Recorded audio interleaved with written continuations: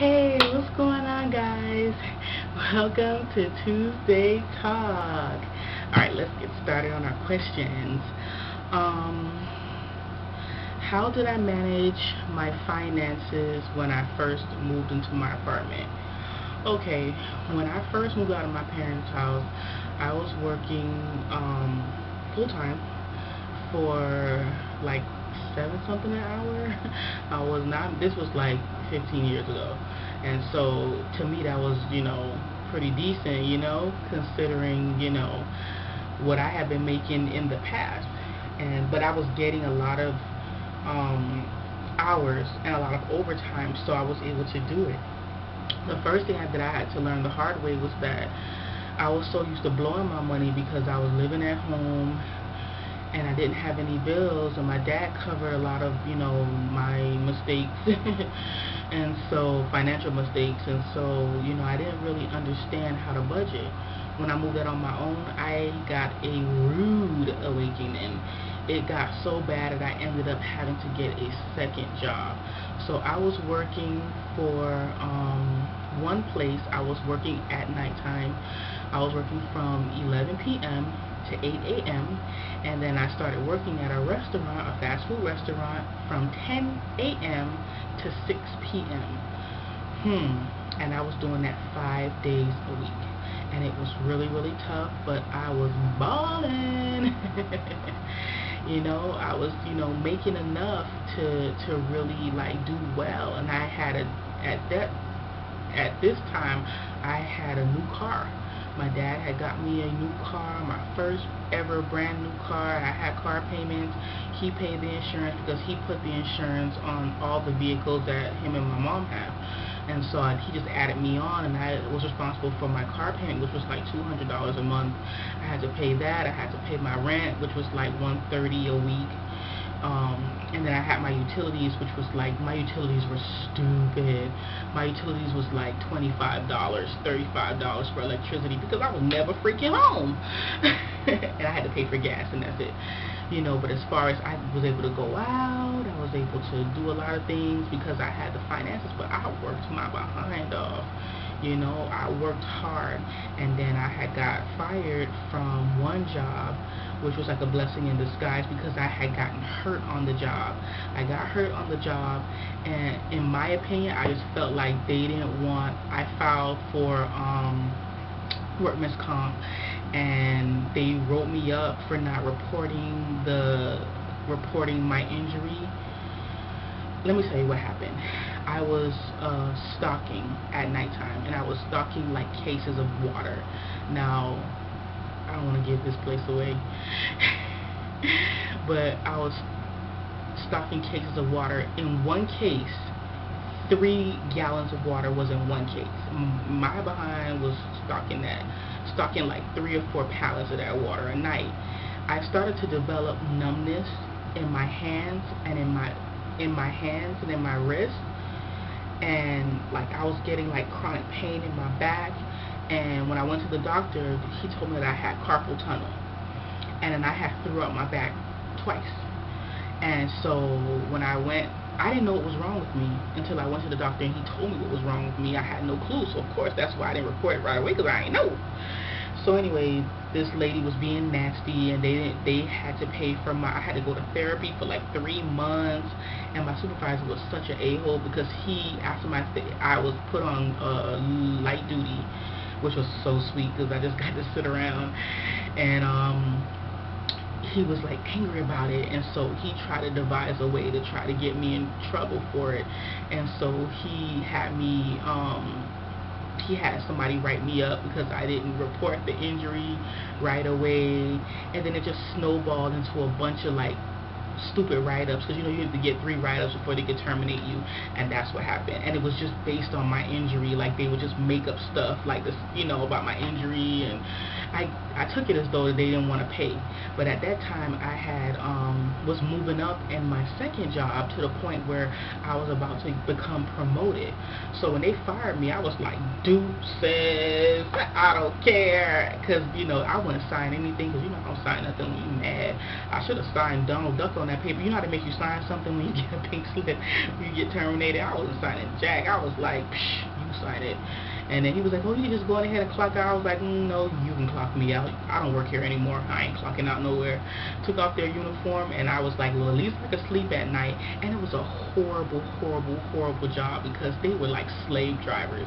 It was just so stupid. My supervisor was like the biggest dummy, because it was a huge grocery store, and I never could understand why he had all the big strapping men stocking cereal, canned goods, and all the light stuff, and all the women were like stocking heavy detergent, water, all the sodas and heavy stuff, the heavy duty stuff. He had all the females in those aisles, and all the males were in the grocery aisle stocking peanut butter and freaking honey, and they weren't doing crap but just playing around.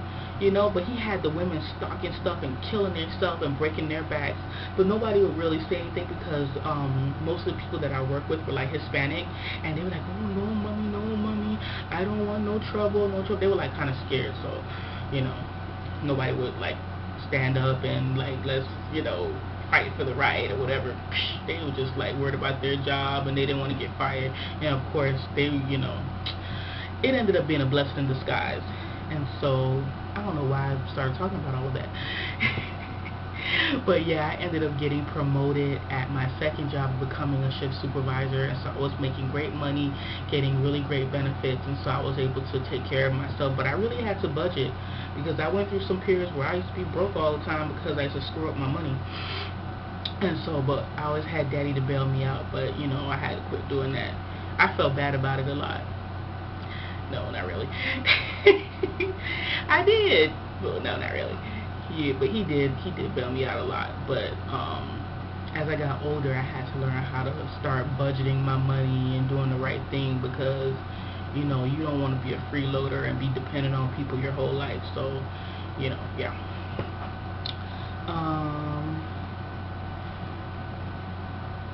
What are my pet peeves about being married?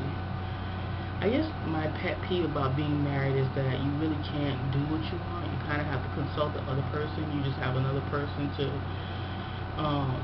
answer to, kind of, sort of. Not in a weird, authoritative type way. You have to discuss everything. I don't know if I'm necessarily a pet peeve, but my husband snores, farts, yeah, all that stuff that people do. That shouldn't even bother me, but it does, because I'm a really, really light sleeper. Like, I hear the slightest noise and I'm up, like, so that's just how I am. And so, yeah, he does a lot of things, but I don't want to, talk about him like that. I'm sure I fuss at him a lot, so I'm pretty sure that's what he probably will say if you ask him. What motivates me to be successful? Well, as you guys know, I'm in school, and school right now is very, very hard for me, because I'm doing mathematics for elementary educators, and it's a tough, tough, tough class. And I think the first week of class, I was crying to my academic advisor, I'm going to get an F, I'm going to fail. And I didn't even know. I just looked at the class and it looked hard. I didn't even try. And when I tried, I ended up doing, decently well.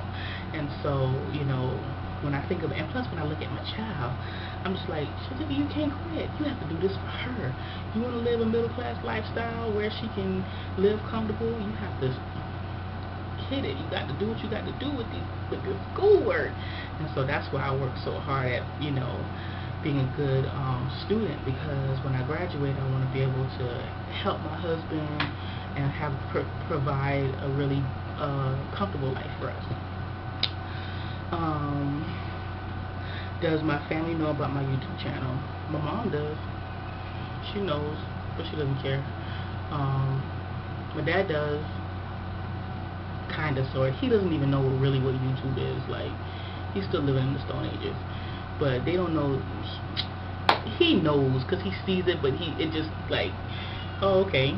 "Ooh, you got viral on the internet," like, and it's just, yeah, like goes over his head. They don't care. My mom is like, "Don't you put me, don't put me on the internet." So yeah, they know. My mom knows, but she don't want to be on there, and so yeah, they know. um, how do you deal with family hurt and friends? Um, oh, I separate myself from people that hurt me repeatedly, and I don't like to deal with people, that are very hurtful, and I leave them alone. Yeah. I've had some people hurt me like to the core, and even though you forgive them, it's like I can't look at you the same anymore. Like, once you hurt somebody to their core, it's like even though you forgive them and you try to get over it, deep down inside you're just like, man, I don't trust your behind. Like, we cool, but I got like this third eye on you constantly. Like, it'll never be the same. And so I just ended up letting them fall by the wayside. Am I artistic? I don't know. Well, I guess singing is a part of the arts. Singing is a part of the arts.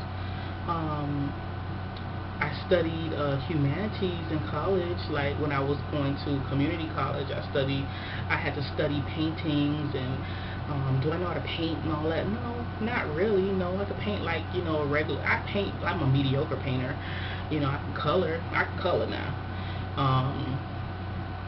Can I do arts and crafts and stuff like that? Oh, absolutely. If I have the directions, I'm a great direction follower. You give me directions or you give me a recipe, I can follow it. I don't know if it may come out. It may, depending on what it is, it may come out.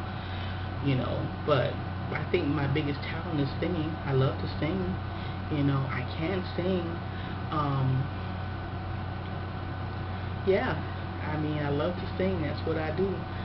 For those of you who, don't know that I can sing. And so, I don't know. Yeah, that's pretty much it. Y'all want to hear me sing? Yes, yes, yes.